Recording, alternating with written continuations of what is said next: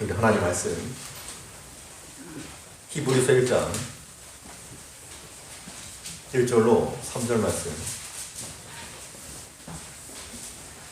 신약성경 353조 353,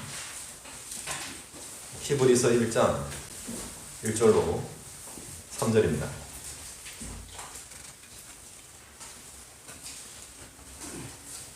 봉독하겠습니다. 1절. 옛적에 선지자들로 여러 부분과 여러 모양으로 우리 조상들에게 말씀하신 하나님이 이 모든 날 마지막에 아들로 우리에게 말씀하셨으니 이 아들을 만유의 후사로 세우시고 또 저로 말미암아 모든 세계를 지으셨느니라. 이는 하나님의 영광의 광채시요 그 본체의 형상이시라. 그의 능력의 말씀으로 만물을 붙드시며 죄를 정결케 하는 일을 하시고 높은 곳에 계신 위엄의 우편에 앉으셨느니라. 아멘. 본 말씀을 통해서 말씀하신 하나님, 듣는 교회, 말씀하신 하나님, 듣는 교회라는 제목으로 하나님의 말씀을 증거하겠습니다. 근본 이 코로나 사태로 우리의 평범한 일상이 참 소중하다라고 하는 것을 다시 한번 느끼게 되는 겁니다. 또 반면 새로운 상황들이 우리에게는 또 새로운 일상을 주는데요.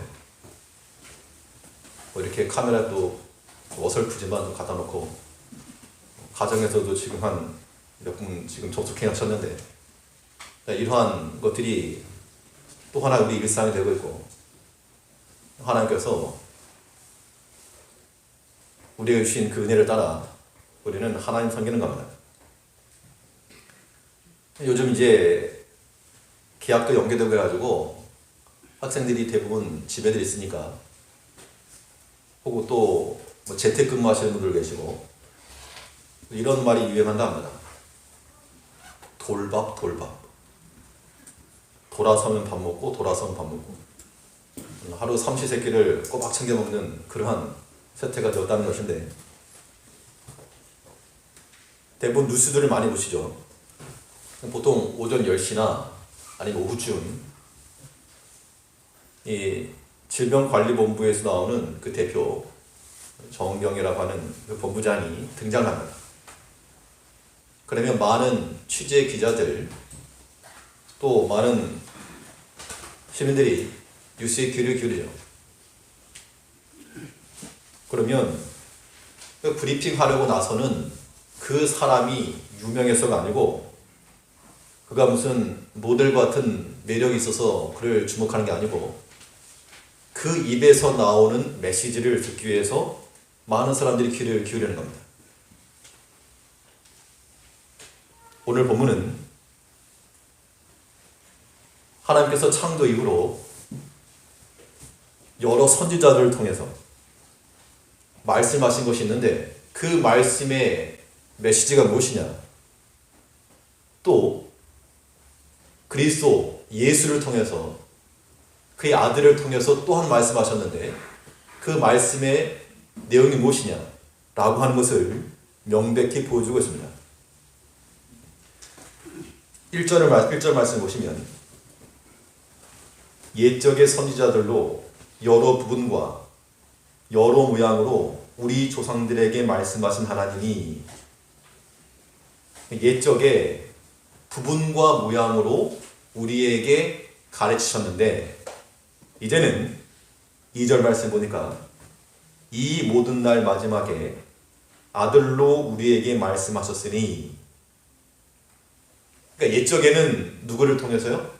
선지자들을 통해서 부분과 모양으로 말씀하셨고, 이제는 이 마지막 때에는 그의 아들을 통하여 완벽히 말씀하셨다 그 이야기입니다. 그러면 선지자를 통해서나 그의 아들을 통해서나 하나님께서 무엇인가 메시지를 전하셨다는 거죠. 말씀하셨다. 그러면 우리가 주목할 것은 무엇입니까? 선지자가 누구였다, 이름 아는 게 중요하지 않고 예수께서 오셨다, 그 사실을 아는 것이 중요한 것이 아니라 그 선지자들의 입에서부터 나온 메시지가 무엇이며 그의 아들을 통해서 우리에게 전달하시고자 하신 하나님의 말씀이 무엇인가를 우리가 들어야 한다는 겁니다. 오늘날 이 신약 교회와 모든 성도들은 우리를 향하여 말씀하신 하나님 앞에서 듣는 교회, 듣는 성도들이 되어 마땅합니다. 그렇다면 하나님께서는 교회와 성도들을 향하여 무엇을 말씀하셨는가? 선지자들을 통하여 또 그 아들을 통하여 우리에게 말씀하신 그 메시지가 무엇인가? 그것을 들어야 됩니다. 하나님의 영광, 말씀의 기반, 죄의 종결, 하나님의 통치라고 하는 주제를 가지고 차례대로 살펴보겠습니다. 첫 번째로 선지자와 그의 아들을 통해서 우리에게 하나님께서 말씀하시는 것은 하나님의 영광을 말씀하고 있다는 겁니다. 우리가 보는 모든 성경이, 우리가 듣는 모든 말씀이 다 하나님의 영광을 선포하고 있다는 것을 우리가 이해하면 우리가 이 동기와 목적이 하나님께로 수렴되는 삶을 살아야 됩니다. 하나님께 영광을 돌린다는 것은 다른 것이 아니고 우리의 행하는 모든 시작, 동기, 또 모든 끝, 목적, 이것이 하나님께로 향해 나갈 때 하나님께서 그것을 받으시는 겁니다.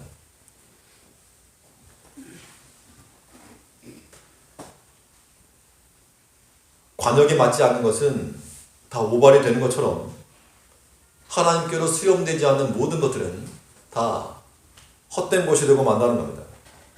우리가 오늘날 일평생을 살아가면서도 많은 물질 혹은 시간 혹은 여러 가지 활동을 해도 하나님께로 수용되지 않는 물질 다 쓸데없는 것이고 하나님께로 돌아가지 아니하는 활동 다 없어지고 말 것입니다. 우리가 하나님의 영광을 목적으로 사는 사람들이라면 그러한 교회와 성도들이 되려면 우리가 하는 모든 일들의 시작과 끝, 동기와 목적이 하나님을 향해야 됩니다. 그래서 우리가 잘 아시는 대로 고린도서에서 뭐라 말씀했습니까? 너희가 먹든지 마시든지 다 무엇을 위하여 하라? 하나님의 영광을 위하여 하라. 먹든지 마시든지라고 하는 이 말 속에 우리 모든 게 다 포함되어 있는 겁니다. 하다못해 우리 말 그대로 먹는 거 얼마나 개인적인 것이고 작은 겁니까? 내 인생에 있어서 중요한 부분이라고 볼 수도 없을 만큼 먹는 문제, 먹는 것에서도 하나님의 영광을 위해 살아, 그 말씀을 하고 있다면 우리 인생 전체를 통틀어서 이건 다 하나님께 돌리고자 하는 그 마음과 목적을 가져야 됩니다. 목적을 가지고 행하는 일들에는 전략이 뒤따르게 되죠. 우리가 무작정 하는 거하고 어떤 목적을 가지고 행하는 것은 아주 다른 겁니다. 우리가 만일 하나님께 영광을 돌린다라고 하는 그 목적을 가지고 사는 사람들은 그 목적을 이루기 위한 전략들이 있다는 겁니다. 그렇지 않으면 그냥 사는 거죠. 우리가 어떤 계획을 세우고 전략을 짠다고 해서 그대로 실현되지 않을지라도 우리가 최소한 하나 앞에 하나님께 영광을 돌린다라고 하는, 우리의 모든 것을 하나님께로 돌린다라고 하는 그 삶을 살기 위해서는 여기 우리의 삶의 전략이 필요한 겁니다. 내가 하루를 어떻게 살아갈 것인가? 이 한 주간을 어떻게 보낼 것인가? 이 사건 앞에서 어떠한 말과 어떠한 반응을 보일 것인가? 그러한 계획들이, 그러한 전략들이 우리에게 서 있으면 우리가 끌고 갈 수 있는 것이고, 그렇지 않으면 끌려가는 겁니다. 우리 다들 경험에서부터 아실 겁니다. 하나님께서 우리에게 원하시는 것은 나중에 열심히 해가지고 조건이 되고 환경이 되면 그때 하는 거 말고, 우리 생각에는 그것이 하나님께 영광이라 생각하지만 대부분 그러실 겁니다.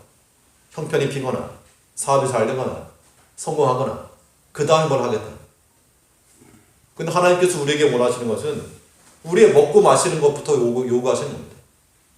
너희가 무엇을 먹는지, 무엇을 마시는지, 혹은 어디를 가는지, 아니면 무엇을 행하는지, 하나님께서 우리의 그런 작은 하나하나에 관심을 가지고 계시기 때문에 우리가 하나님께 영광 돌린다는 것은 지금 현재적으로 하나님께 우리의 마음을 드리고 하나님께 우리의 모든 것을 가게 하는 겁니다.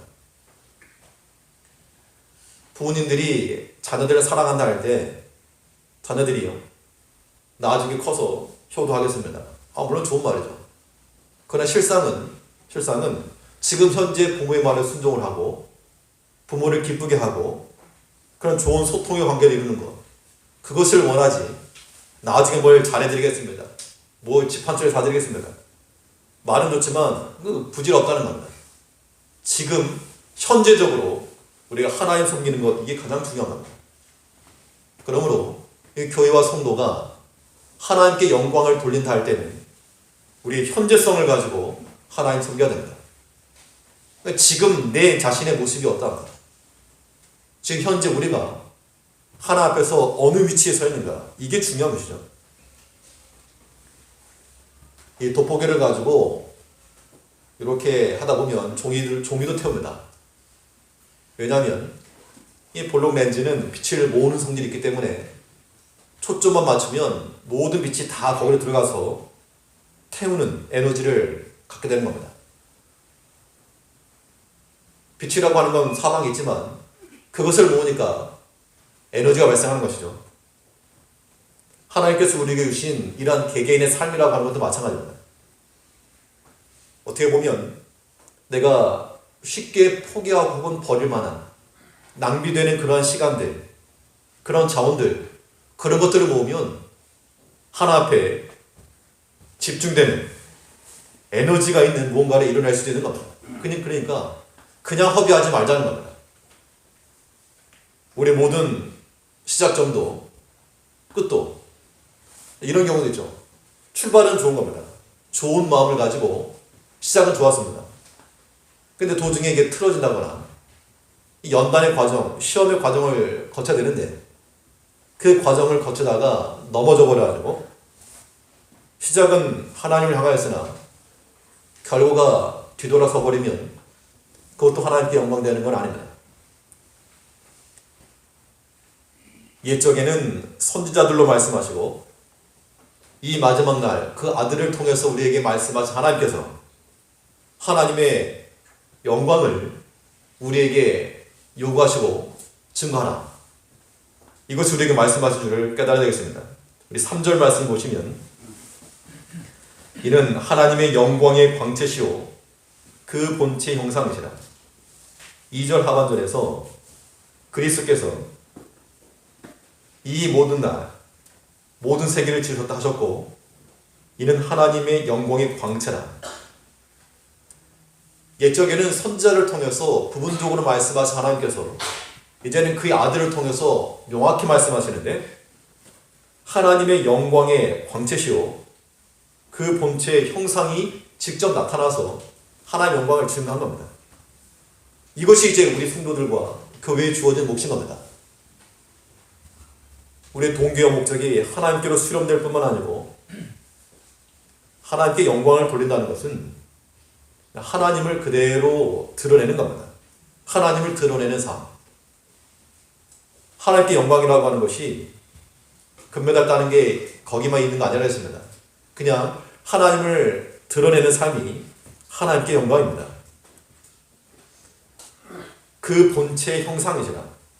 예수님께서 우리에게 나타나실 때 영광으로 나타나셨는데 하나님의 본체의 형상으로, 즉 예수님 그 자체가 하나님의 영광이셨다, 그 얘기입니다.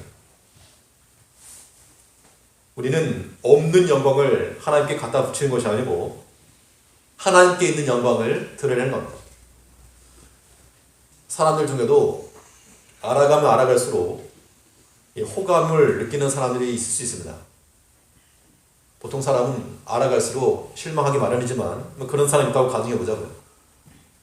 그러면 하루 지나 하루 또 다른 매력이 보이고 또 다른 좋은 면이 보이고, 그러면 그 사람을 알아가는 즐거움이라는 겁니다. 그 관계 속에서 하나님께 영광을 돌린다는 것도 그런 측면에서 되는 겁니다.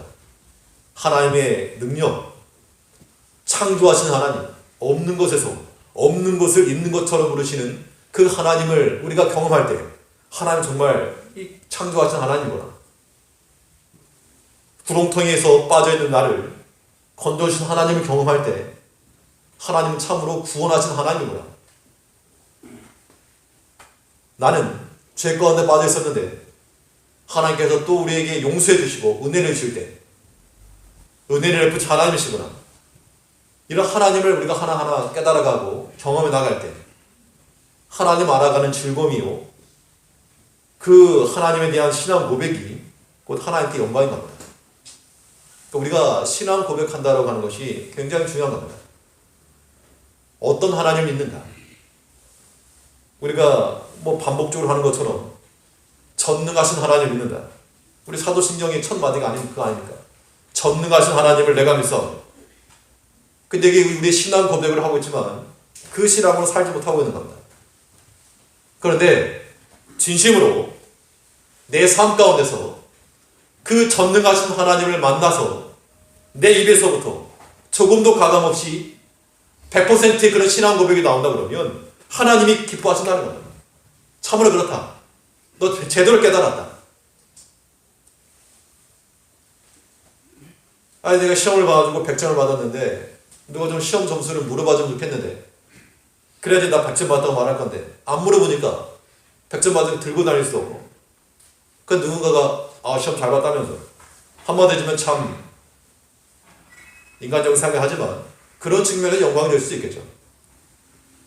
하나님께 있는 그런 능력, 은총, 기도에 대한 응답, 우리를 향한 그 보호하심, 이 하나님께 있는 능력을 우리가 깨닫고 하나하나 드러낼 때, 먼저는 우리 자신이 아는 게 중요하고 또 알지 못하는 자들에게 드러낼 때 이것이 하나님께 영광이라는 겁니다.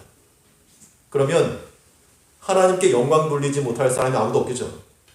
최소한도 외적 조건을 가지고 이 사람은 사업이 잘 됐으니까 영광을 돌린다, 그거 아니라는 겁니다. 우리 가운데 신앙생활 하다 보면 그런 마음들 좀 버리십시오. 이거 인간적 생각들을 가지고 하나님은 그냥 그런 수준을 만드는 겁니다. 하나님께서 우리 물질을 보시겠습니까? 우리 학력 보시고 우리를 판단하시나요? 아니면 우리 자녀들 잘 되고 못 되고 이거 가지고 판단하십니까? 아니잖아요. 우리의 외적 조건과 아무 상관없이 우리는 참으로 내 하나님께 감사할 수 있고 내 하나님을 향하여서 찬송할 수 있고, 이것이 하나님이 기대하시는 바라는 겁니다. 이것이 하나님께 영광인 거죠. 근데 우리는 그렇지 못하고 외적 조건을 만들어가지고 내 영광 되는 것이 하나님의 영광이라고 착각하고 있다는 겁니다. 그러지 마십시오. 내가 비록 비천한 자가 될지라도 하나님은 영광스러운 분이십니다. 내가 비록 높은 자리에 올랐어도 그것 때문에 하나님이 영광 받으시는 건 절대 아니라는 겁니다. 하나님이 기뻐하시는 것은 우리의 거룩함과 정결함과 하나님 사랑하는 마음, 그 말씀에 순종하는 삶, 이것을 기뻐하신 줄 알고 옛적 선지자들을 통해 또 이 마지막 날 그 아들을 통해 우리에게 말씀하신 바 하나님께 영광, 이 한마디를 위해서 우리 주님께서 이 땅에 오셨다고 우리가 믿으면 이제 우리가 살아가는 동안 하나님께 영광 돌려야죠. 우리의 모든 동기와 목적이 하나님께로, 아무튼 집어 던지는 족족 하나님께로 들어가야 됩니다. 왜 농구 하다 보면 공을 던져가지고 던졌다고 다가 아니고 들어가야지 인정되는 겁니다. 우리의 모든 재물을 던지고 시간을 던져 하나님께로 인하는, 그래서 하나님 나라에 다 카운팅이 되고 하나님 나라의 부유함으로 쌓여가는 하나님의 영광이 곧 나의 영광인 겁니다. 나의 자랑이 될 것이고, 지금 우리가 수모 생활하는 모든 부끄러운 죄악들, 사람 앞에 드러나도 부끄러운 것이라면 하나님 앞에 드러날 것을 왜 모르냐는 겁니다. 우리 일상을 살아가면서 사람 눈을 피할지라도 하나님 눈을 피하지 못하기 때문에 우리가 하나님 앞에서 하나님과의 그런 관계 속에서 더 분명한 지식, 더 확고한 신뢰, 더 끈끈한 관계, 이것이 나타날 때 하나님의 영광도 동반되는 겁니다. 것이 하나님께 부끄러움이 되지 않도록 우리 자신을 삼가며 하나님이 기뻐하실 만한 일들에 힘을 쓰는 우리 제일교회 성도님들 되시길 바라겠습니다. 두 번째로 생각해 볼 수 있는 것은 하나님께서 선자들 통해 또 그의 아들을 통해 우리에게 무엇을 말씀하셨는가? 말씀의 기반을 말씀하신 것, 말씀의 기반으로 살아가라. 하나님 말씀으로 살아갈 것을 옛 선자를 통해 또 그의 아들을 통해 우리가 말씀하신 겁니다. 하나님의 말씀이 우리 삶의 기본이 되는, 기반이 되는 그런 삶을 살아가야 마땅합니다. 왜냐하면 우리에게 말씀하신 하나님이시니까 우리는 들어야죠. 그 말씀하신 하나님이시면 이 교회와 성도는 듣는 교회, 듣는 성도가 되어야 됩니다. 그런데 오늘날 이 교회와 성도들이 듣는 교회, 듣는 성도가 되지 못하고 주장하는 교회, 개인적인 그런 자기 고집의 그런 교인들이 되고 있다는 겁니다. 하나님의 말씀이 분명 내 삶 가운데 떨어졌음에도 불구하고 발로 걷어 치워버리고 하나님 향하여 도리어 내 욕을 한다는 겁니다. 그러려고 주님께서 오신 게 아니에요. 그러라고 예수님께서 십자가에 못 박혀 돌아가신 게 아니라는 겁니다. 내 삶 가운데서 여러 가지 핑계를 내면서 하나님의 말씀 살살 타협해 가면서 버리면서 그렇게 살라고 주님 죽으신 것이 아니고 우리 삶 가운데서 내 자신을 포기하고 하나님의 말씀 의지하여 살아갈 것을 하나님께서 원하시고 그러라고 선자를 통해서 부분으로 말씀해 주시고 이제 그 아들을 통해서 우리에게 명확히 말씀하신 겁니다. 그럼에도 불구하고 그 말씀을 들음에도 불구하고 어찌하여 순종하지 못하는가? 히브리에서 뭘 말씀하고 있는가 하면 그런 자들은 그리스도를 욕보이는 것이라 해요. 욕보이는 거죠.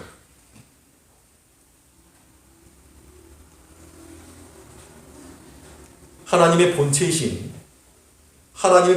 예수님께서 나타나셔서 행하신 일은 아버지 말씀을 온전히 이루신 거였습니다. 3절 말씀 보시면 이는 하나님의 영광의 광채시요 그 본체 형상이시라 그의 능력의 말씀으로 만물을 붙드시며, 그러니까 하나님의 본체이신 하나님의 영광으로 나타나신 예수께서 지금도 그의 말씀으로써 만물을 붙들고 계시고 있다. 그 말씀이고 그 말씀으로 모든 걸 붙들고 있으므로 우리 교회와 성도들도 그 말씀 가운데 거야지만이 온전한 삶을 살아갈 수 있다라고 하는 것을 보여주는 겁니다. 이런 말씀의 기반의 삶이 우리의 샘플로 보여주는 거죠. 근데 우리가 만일 이 말씀이 많이 있지 않습니까? 그러면 말씀을 하나 빼먹었다. 그러면 무슨 일이 일어납니까? 예전에 아마도 예전 정말 믿음이 좋으셨을 때는 하나님 말씀 한번 순종하거나 불순종하거나 어기면 아마 벼락이 떨어질 걸 생각해가지고 무서워서 감히 죄를 못 짓는 그런 분들 계셨을 거예요. 그런데 이제 막 담대해져가지고 뭐 이것쯤이야 뭐 그냥. 그러다 보면 어떤 일이 벌어지는가 하면 그 아이들이 가지고 노는 그 장난감 중에요. 그 육각형 모양으로 된 조그만 블록이 있습니다. 이거 이제 커다란 육각형 안에 이제 차곡차곡 쌓으면 벌집 모양으로 이렇게 딱 완성이 됩니다. 그게 무슨 게임인가 하면 그 조그만 거 하나하나가 그냥 얼음 알갱이라고도 하는 겁니다. 그래서 이게 육각형 써놓고 다리를 써놓은 다음에 조그만 망치를 가지고 톡톡 쳐가지고 그럼 하나 쏙 빠집니다. 그러면 얼음을 깨가지고 하나가 빠지면 전체가 안 무너져요. 전체 안 무너집니다. 톡톡톡 쳐서 하나만 쏙 뺍니다. 그 위에 내 펭귄 한 마리 올려놓고 아무튼 펭귄이 떨어지면 지는 건데 그 다음 사람이 또 한번 톡톡톡 치는 겁니다. 또 하나 쏙 빼고 근데 당연히 빼먹으려면 여기서 하나 빼먹었으면 반대편 빼먹어야죠. 옆에 빼먹으면 위험하니까. 아무튼 막 두들깁니다. 그래가지고 여기서 구멍 숭숭 뚫려가지고 카톡 구멍 숭숭 뚫려가지고 그러다가 결정타가 나요. 결정타. 딱 상황 딱 봐도 지금 여러 군데 구멍이 숭숭 뚫려 있는데 그래도 넘어지 않아요. 그러다 어느 순간 하나 이거 치면 끝난다. 눈에 뻔히 보이거든요. 그래서 아무튼 그거 치면 와르르 무너지는 겁니다. 우리가 그런 인생 살고 있다고요. 하나님 말씀 어려운 줄 모르고 두려운 줄 모르고 또 감사한 줄 모르고 그냥 이렇게 톡톡 빼먹기 잘한다는 겁니다. 별일 없죠. 별일 없으니까 이렇게 빼먹죠 당연히. 별일 없으니까 톡톡 깨서 불순종한다는 겁니다. 그런데 결정적인 거 건들면 폭삭이에요. 폭삭. 하나님께서 우리를 향해서 인내하시고 참아주신 거 그렇지 않으면 우리가 어떻게 살아갑니까? 우리는 하나님의 금하신 그 선을 지키며 살아가야 됩니다. 그러니까 이렇게만 말하면 이거 너무 힘들다. 하나님의 말씀을 기반으로 살아라. 이거 너무 억압하는 거 아닌가? 그렇게 생각하니까 힘든 거죠. 이거는 생각의 반전이 아니고 이건 사실을 깨달으셔야 되는데 하나님의 말씀이 기본이 되는 삶을 사는 것이 필요함과 동시에 우리는 여기서 무엇을 깨달으셔야 되는가 하면 하나님의 말씀이 우리의 능력이 되는 삶을 살아야 됩니다. 하나님의 말씀이 나를 힘들게 한다고 생각하니까 힘든 거죠. 근데 그 말씀이 나를 붙들고 나의 능력이라고 깨달은 사람들은 그 말씀 찾아서. 그러지 않겠습니까? 3절 말씀 다시 보시죠. 하나님 말씀에 대해서 어떤 말씀을 명하고 있는가? 3절에서 이는 하나님의 영광의 광채시요 그 본체 영상이라 그의 능력의 말씀으로 만물을 붙드시며 하나님의 말씀에 대해서 능력의 말씀이라 말씀하고 있습니다. 그럼 우리의 힘이 부족하고 역량이 딸리면 우리의 힘과 능력을 공급해 줄 수 있는 그 하나님의 말씀을 받아야죠. 그럼 바꿔서 그럼 하나님 말씀을 받으면 힘이 생깁니까? 하나님 말씀을 우리가 듣고 알면 그게 능력이 됩니까 정말로? 여기에 아마 속으로 아멘 하신 분들 계실 겁니다. 그런 분들은 하나님의 말씀으로 사는 것이고 뭐 그런다고 되나 이러신 분들은 더 많은 경험이 필요하신 겁니다. 하나님의 말씀은 참으로 우리의 능력이 되는 겁니다. 우리를 살리는 생명의 말씀이므로 이 말씀 그러니까 우리가 이렇게 이 시국에도 이렇게 모여서 마스크 껴가면서 하나님의 말씀 듣는 거 아니겠습니까? 하나님의 말씀이 내게 능력이 되지 못하면 저는 당장 그만둘 겁니다. 우리가 하나님의 말씀이 우리에게 내 발목을 얽어매는 내 자유를 다 뺏어가는 그런 못된 것이라고 생각하면 그 수준에서 믿는 겁니다. 그러나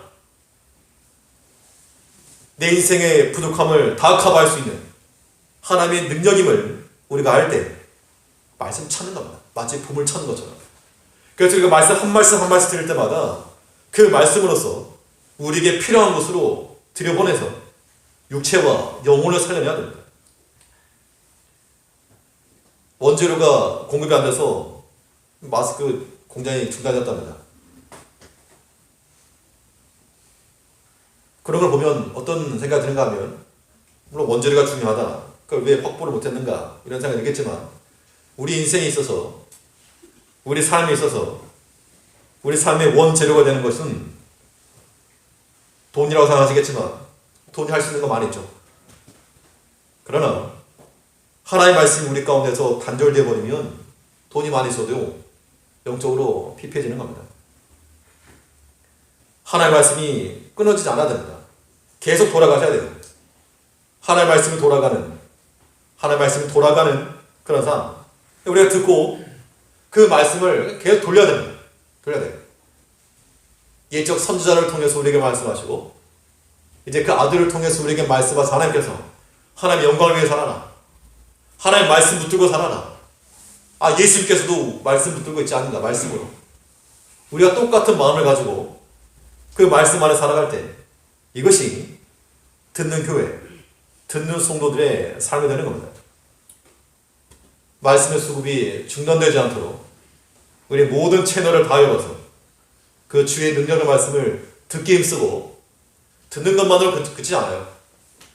단지 귀로 듣는 것만이 다가 아니고 귀로 듣고 마음으로 인정을 하고 머리로 동의를 하고 또한 우리가 행함으로 순종하여 여기까지 나가서 하나님의 말씀을 기반으로 그 말씀을 또한 능력으로 삼고 나가는 저희 교회 성도님들 되셔야 되겠습니다.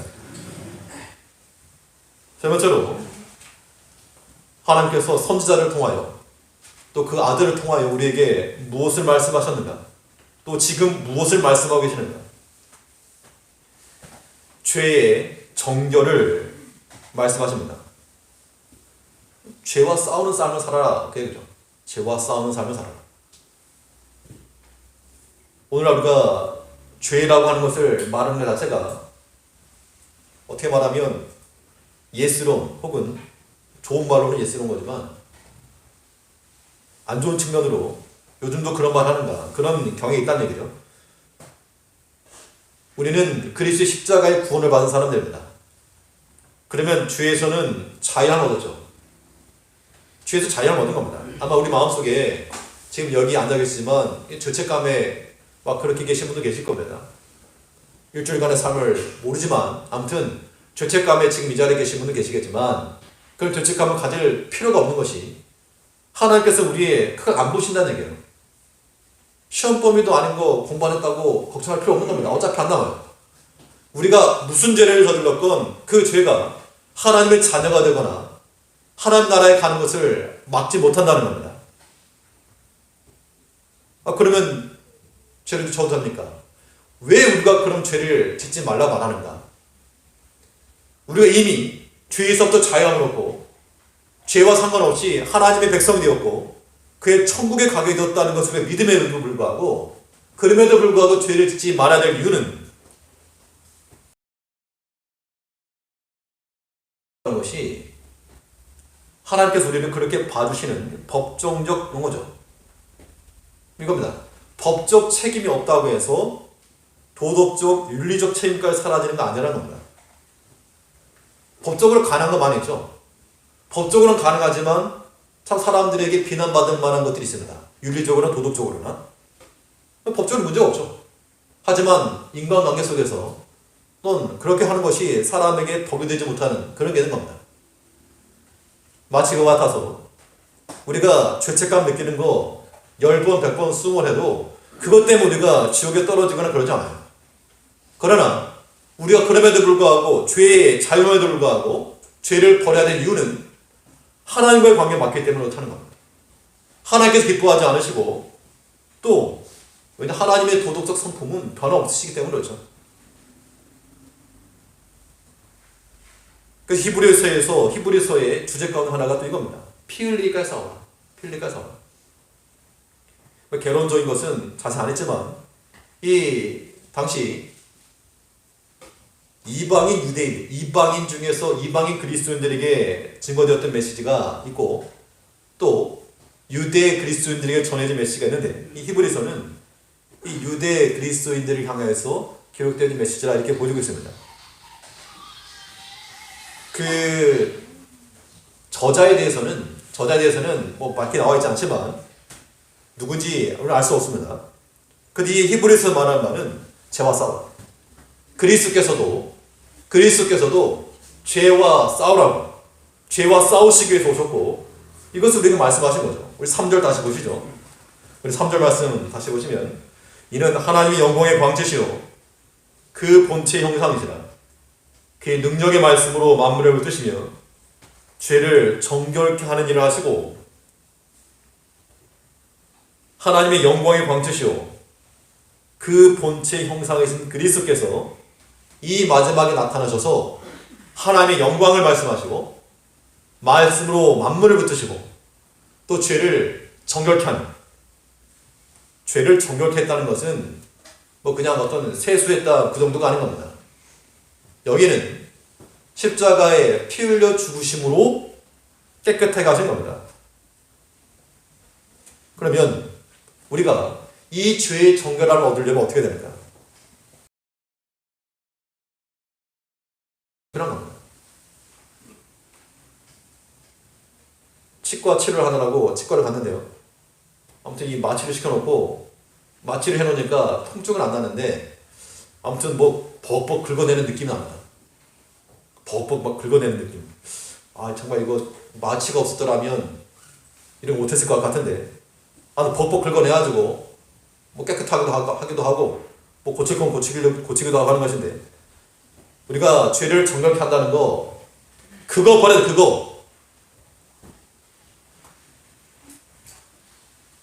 그거 그냥 벅벅 긁어서 그거 버리셔야 됩니다. 이게 꼭 사람들 앞에 공개가 되고 그래야지만이 부끄러운 게 아니고, 하나님 앞에서 바르지 못한 것은 부끄러운 겁니다. 그런 마음을 가져야 돼요.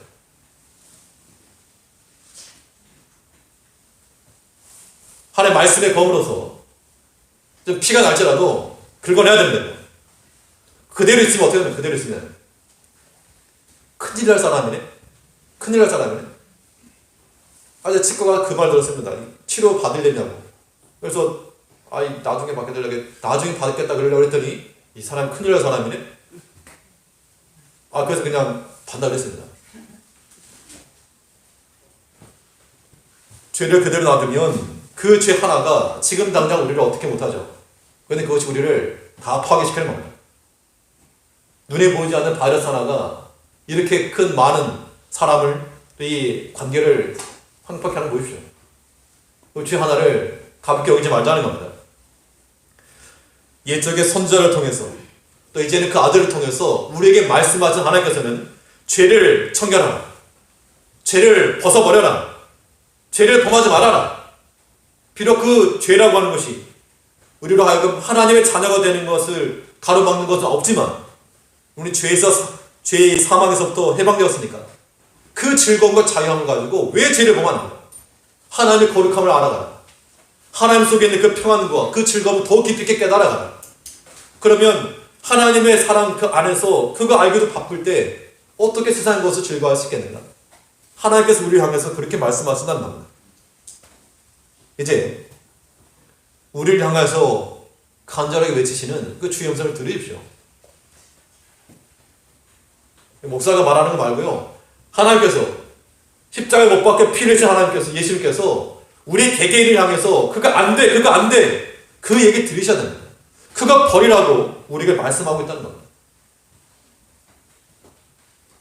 뭘 버려야 될지는 사람마다 다 다르겠지만 우리에게 있다면 그거 하나님의 말씀으로 긁어서 깨끗하게 하여 죄와 친하게 지내지 말고 하나님과 친근한 거룩함에 나아가는 그런 백성들로 살아가야 마땅합니다. 이것이 듣는 교회, 듣는 성도들의 삶이 되는 겁니다.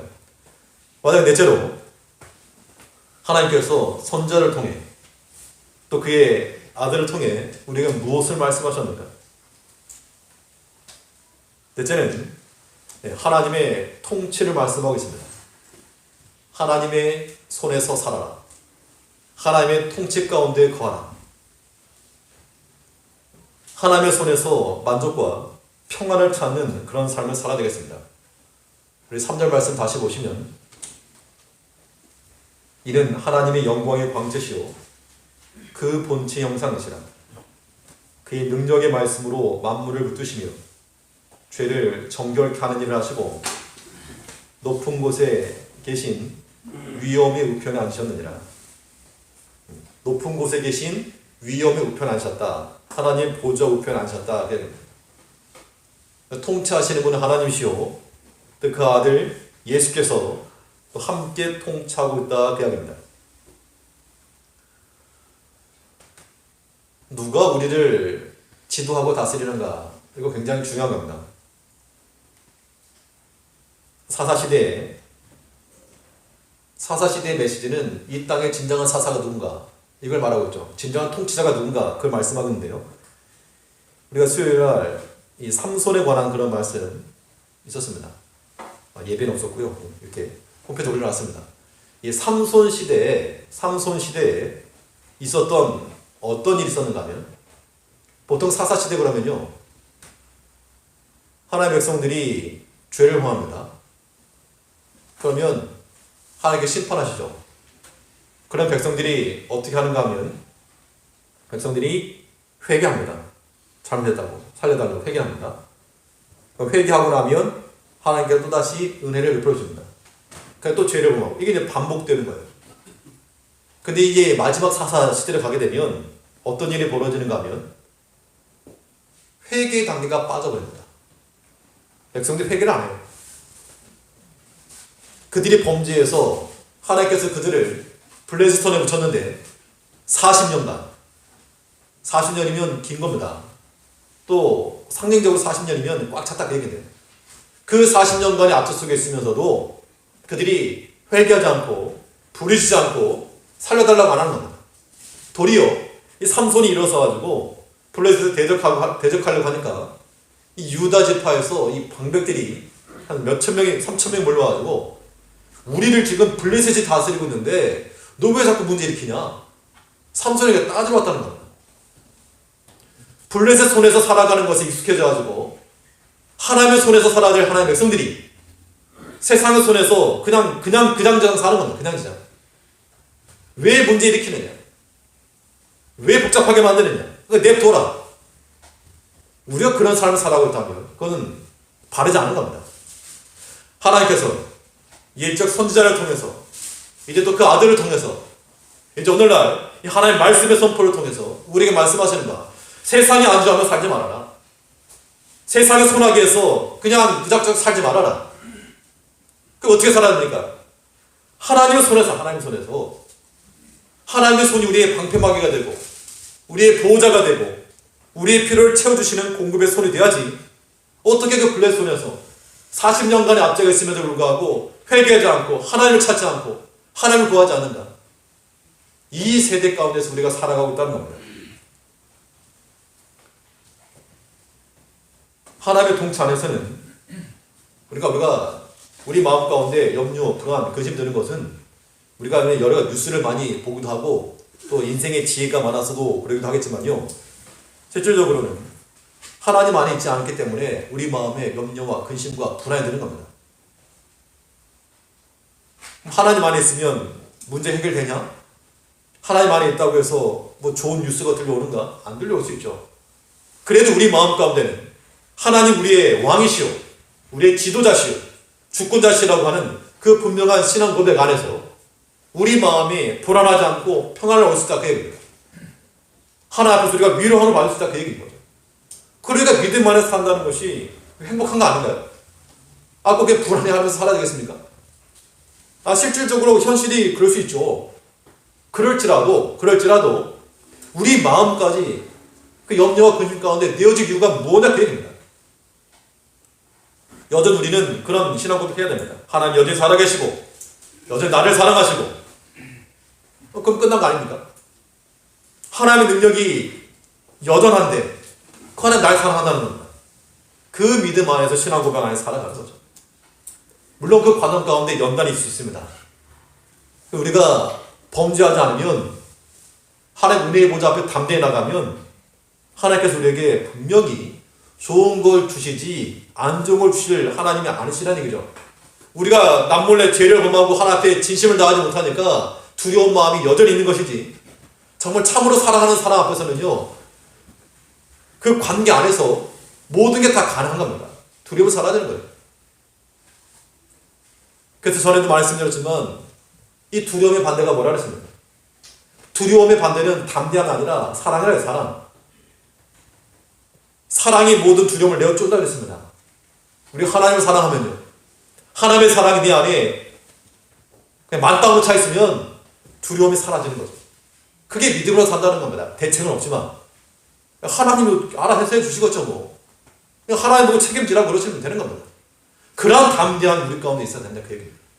왜 하나님이 걱정하실 것을 내 자신이 걱정하려고 그러는가? 안 그래도 돼요.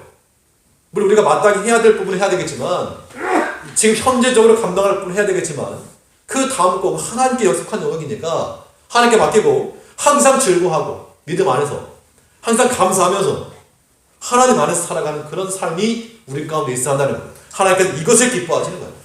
이런 삶을 살자고 하나님께서 옛적의 선자를 통해, 이 마지막 날 그의 아들을 통해, 이제 하나님의 말씀을 통해 우리에게 말씀하시는 겁니다. 우리 하나님의 영광을 위해서 말씀 기반 안에서, 그 말씀의 능력 안에서 죄와 싸우며 하나님의 손 안에서 하나님의 통치를 받으며 살아가는 이 한 주간도 여러 가지 근심되는 뉴스가 많을지라도 우리 마음 가운데 하나님 안에서 위로와 평안을 얻으시고, 또 그 마음, 그런 뉴스를 보면서 무릎 꿇으시라고, 기도하시라고, 뉴스에 보지 말고 그 마음으로 말씀하신 하나님 앞에 듣는 교회와 듣는 성도들로 살아가는 저희 교회 모든 성도님들 되시기를 간절히 바라겠습니다. 기도하겠습니다. 우리의 변함없이 살아가신 아버지 하나님, 옛적 선지자를 통해서 구분과 무양으로 말씀하신 하나님께서 이제 그 아들을 통해서 우리에게 명백히 말씀하시기를, 너희는 하나님의 영광을 위해 살아라, 그 말씀에 의지해서 살아라, 죄와 싸워라, 하나님의 통치 아래 거하라. 우리에게 말씀하신 것을 우리 귓가의 울림으로 알고 이 한 주간 살아가면서 또 묵상하며 그 말씀 순종하며 살아갈 수 있는 하나님의 거룩한 백성 될 수 있도록 주께서 인도하여 주시옵소서. 현재 이 코로나 사태로 인해서 많은 사람들이 고통 가운데 있고 또 큰 어려움 가운데 있사오니 아버지 하나님께서 긍휼과 은총을 베푸셔서 이 땅 가운데 우리의 죄를 회복하며 회개하며 겸비하여 하나님 앞에 자복하고 나아갈 때 하나님께서 우리의 죄를 사하시고 이 땅을 고치신다 역사하였사오니 아버지 하나님께서 지금 이 시간도 함께 간구하는 주의 성도들의 기도를 들어주시고 이 땅에 긍휼을 베푸사 아버지 하나님께서 다시금 이 땅을 고쳐주시고 이 모든 계기를 삼아 하나님께 기도하며 하나님께로 다시금 돌이킬 줄 아는 주의 교회와 성도들 될 수 있도록 주께서 은총을 내려주시옵소서. 아버지 하나님께서 은혜를 내려주시고 하나님의 손 안에서 주의 사랑하는 모든 성도들 개인과 가정 큰 해를 당하지 않고 하나님의 보호 가운데 살아갈 수 있도록 은혜를 내려주시옵소서. 우리 주 예수님 이름으로 기도하옵나이다. 아멘.